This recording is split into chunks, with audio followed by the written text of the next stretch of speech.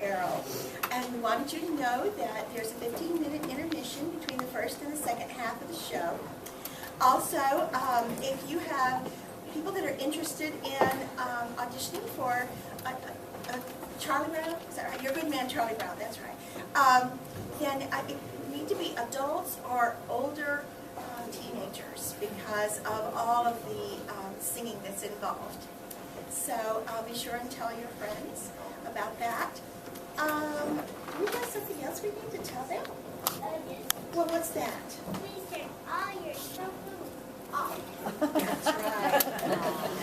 Thank you for coming, and we hope you enjoy the show. Very Merry Christmas.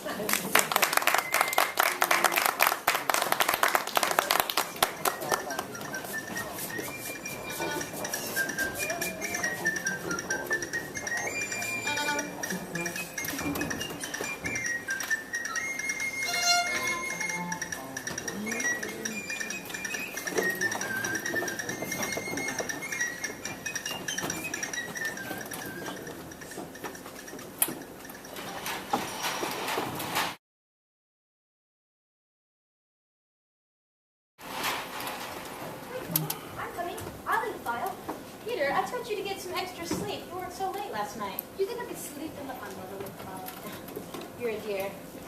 I declare I couldn't sleep a wink myself last night. How is Tiny Tim? Same as usual. It's your father that's on my mind. Peter, it's the day before Christmas, and Mr. Scrooge still has not told your father he can have a holiday off. Well, no one did because Christmas Day. No one with a heart.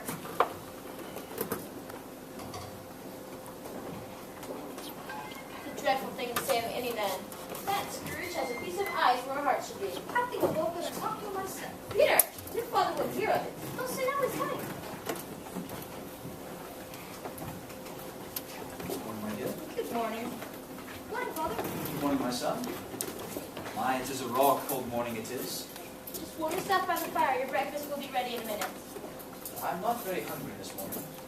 Sit down and compose yourself. You mustn't go to work hungry or not hungry. If you insist.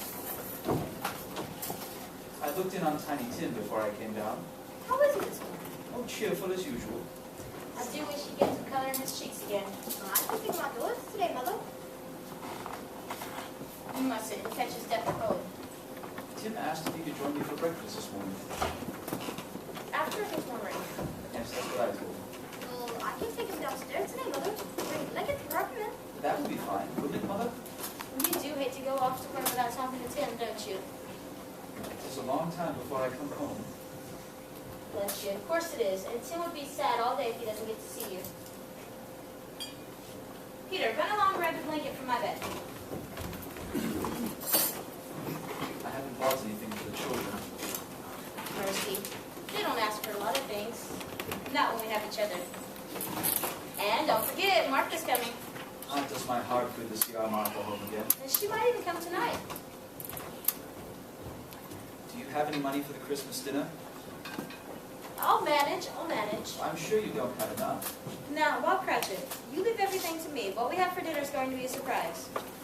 Oh, my poor husband, who I am. Shame on you. No one's ever had a better husband. For 15 bob a week, it's not enough to support a family decently. And whose fault is that? You should be getting 30 for the work you do.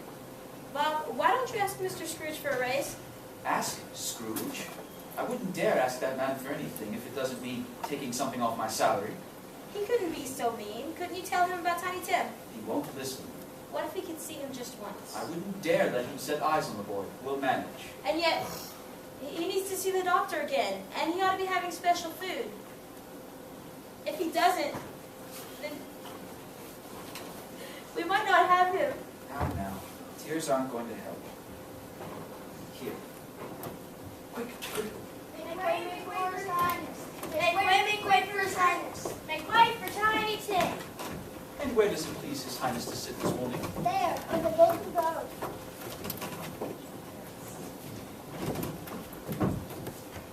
Now make sure his feet are covered. He mustn't catch cold. All warm now? Yes, thank you.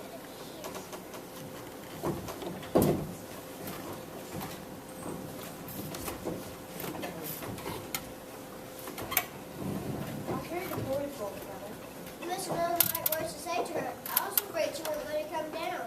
If you speak to her kindly, she's a very understandable woman. Now get along with the both of you. You would think I was a first cousin of Scrooge to hear you talk. Mother, how could you say such a thing? I don't even like to hear his name. Neither do I. But if you worked with him all day as I do, Poor father. well, I must be getting along, or I won't see him for the rest of the year. Mommy will have to scoot it off. I hope not. Hope not. Father, you're going to stay home tomorrow. Yes, I know. You said you would make me all day tomorrow. And I will. We're all going to slide on Playhouse Road. And we're going to play Blind Man's Buff and Forfeit. Arthur's going to be here. Then you said you would take me to church. Darling, tell Scrooge you're staying home tomorrow. I will. Now, who's going to meet me at the corner? I will, if someone will take me. I'll take you. Good, then I will look forward to seeing you all there. Will you carry me on the back? Why, I'm the most spirited blood horse in the county. Watch me prance.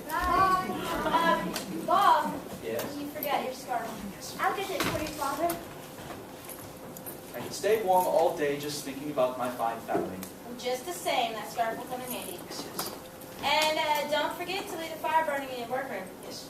Bye. Bye. Father must stay at home tomorrow. Now, let's not think about it anymore. Let's just pray that the good Lord will soften Mr. Scrooge's heart. Maybe we can do more than that. What can we do, Tim? We can go and sing carols to him. Tim, I'm not afraid to go. you'll not set foot in that counting house. I think Tim's right, Mother. Maybe Scrooge will listen to us. Never in a million years. We can try. Can't we, Tim? I'll carry you there all the way on my shoulders. I'll carry your prop. Well, I don't exactly like to go, but if one of us goes, we better all go. Children, I ought to let you do it. If I try to stay at home tomorrow, won't you like it, Mother? Yes, darling.